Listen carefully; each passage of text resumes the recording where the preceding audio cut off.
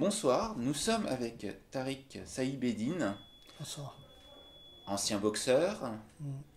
et qui est aussi, comment peut-on dire ça, un héros quelque part. Je sais pas, le mot héros, je me gêne un peu, mais on va dire, ayant fait l'actualité d'un Voilà, fait spécial, on va d'accord. dire.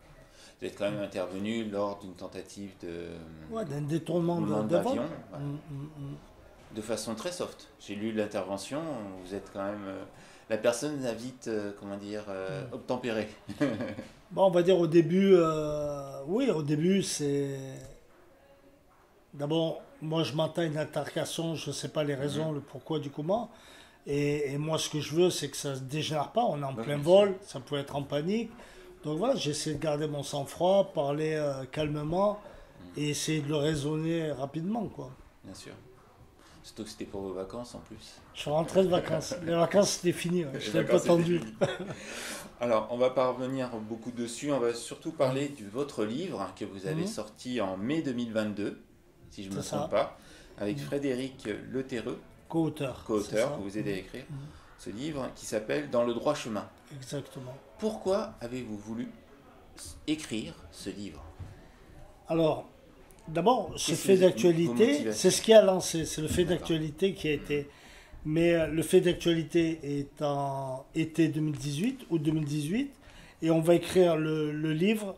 Il va paraître en mai 2022. Mais sur le moment, je voulais pas écrire un livre. C'était D'accord. pas dans mes idées.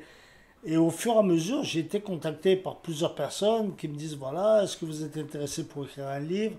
Et ceux qui m'ont mis la puce à l'oreille. Puisque après, je me disais, mais quand même, c'est vrai, j'ai eu un parcours atypique. Mhm.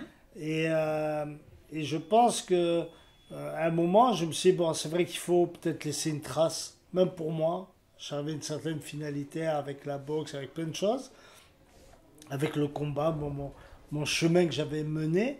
Et je dis peut-être, bon, c'est vrai que je pourrais laisser pour moi-même une trace. Et pour certaines personnes qui doutent, comme j'avais douté auparavant, peut-être être un modèle et dire, ben voilà, si lui il est arrivé, pourquoi pas, je pourrais peut-être y arriver aussi. C'est donner aussi, voilà, un témoignage, laisser un témoignage. Un exemple peut-être à suivre? Ou Un peut-être exemple, un... peut-être pas vraiment un exemple, mais pour leur montrer que tout est possible quand on veut. C'est une histoire juste de détermination. Savoir ce qu'on veut réellement, quoi. Donc, la boxe a été très importante dans votre vie. Mm. D'ailleurs, ce soir, nous sommes au Muro dans le boxing, enfin le club de Mm. boxe, les mix ring olympique Mm. de Mokhtar Adjari, Exactement. Ouais. que vous connaissez bien d'après ce que j'ai compris, Ouais, Mokhtar. je connais, Mokhtar est connu dans le domaine de Ah la bah oui. boxe. Il est connu, donc c'est vrai qu'on avait fait connaissance auparavant. Et aujourd'hui, je pensais que c'était aussi de rendre hommage quelque part, de venir avec les jeunes, vu Mhm. qu'aujourd'hui, ce soir, je suis venu avant tout en tant qu'éducateur. Oui. Je suis éducateur spécialisé en protection de l'enfance et je Mhm. travaille moi aux apprentis Auteuil. Et là aujourd'hui on est sur un projet qui est complètement différent. C'est des jeunes de Nantes, apprentis Mhm. Auteuil, mais qui sont d'un internat éducatif scolaire, qui ont décidé de monter un projet boxe. Ils essaient de développer la boxe à Nantes. Et, euh, et puis ils avaient quelques refus des clubs d'à côté, tout ça, pour pouvoir travailler avec eux. Et puis ils m'ont contacté par les réseaux sociaux. Et j'ai accepté de suite, j'ai trouvé la démarche positive et ces jeux étaient motivés, donc j'ai accepté directement. J'étais parti les rencontres à Nantes où j'ai mis un atelier Mhm. et on avait travaillé par rapport au support du livre. Et ils ont lu le livre et puis bon voilà, donc on a fait des dédicaces, j'ai rencontré les jeunes là-bas, j'ai partagé mon expérience et on a accroché. Et là, ce que je voulais, c'est renvoyer l'ascenseur et leur dire, ben maintenant, ceux de Nantes, venez à Paris et on va concocter un séjour autour du sport et de la culture. Donc voilà pourquoi on est ici avec Mokhtar, parce que d'abord, voilà, il a son histoire en ayant préparé plusieurs boxeurs de bon niveau. Mhm. Et je voulais que ces jeunes aussi, eh bien, leur donner cette opportunité de partager mes connaissances, mon savoir, mon réseau. Et je pensais qu'à travers la boxe, c'est important de venir ici, qu'ils rencontrent Mokhtar, qu'ils viennent dans une salle de boxe parisienne et qui gardent ce souvenir qui rentre chez eux, quoi. C'est assez lié à votre philosophie que vous essayez de montrer un peu, cette idée d'aider un peu les jeunes, à travers la boxe. Ouais, De parce que donner vous savez qu'à travers mon parcours, moi Ouais. déjà, j'ai très peu de personnes qui m'ont aidé. Je me suis retrouvé seul et des fois, ça m'a apporté préjudice, ça a été à tort. Et je trouve que c'est important dans la vie, les rencontres sont très importantes dans la vie. Ça peut être positif, on peut faire des rencontres positives et négatives. Mais je trouve que voilà, j'essaie de faire partager des choses, mon expérience, mon vécu, mon savoir avec ces jeunes qui des fois, eux, peuvent être en doute ou à la recherche de certains repères. Ben, je pense que c'est important de partager ce moment avec eux, quoi.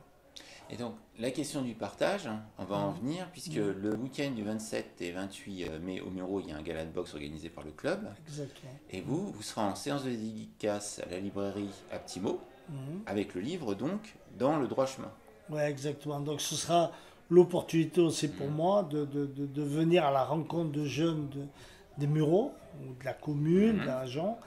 Et là, à travers cette journée dédicace, c'est là où on peut échanger, on peut partager, on peut discuter euh, plus librement, on va dire, plus tranquillement. Et voilà, c'est une bonne opportunité de rencontrer les gens, l'humain Ça a l'air d'être face à quelque face. chose qui vous plaît, d'être à la rencontre des gens. Mais vous savez, moi, à la base, c'est un. Souvent, on parle de rédemption. Moi, je suis croyant à la base. Et je sais que, bon, voilà, dans mon parcours que j'ai eu, j'ai rendu mes parents à une époque malheureuse. Ça a été ce qu'il fallait pour moi réussir. Quand j'ai commencé à boxer, il y avait un rachat. Quelque part, il fallait que je redonne une autre image de moi à travers la société, à travers le sport, à travers la famille. Il fallait, ça a été un combat. J'étais déterminé là-dedans. Et c'était ma seule voie. Vu que l'éducation nationale à l'époque, ça n'avait pas marché pour moi, et j'avais manque de repères.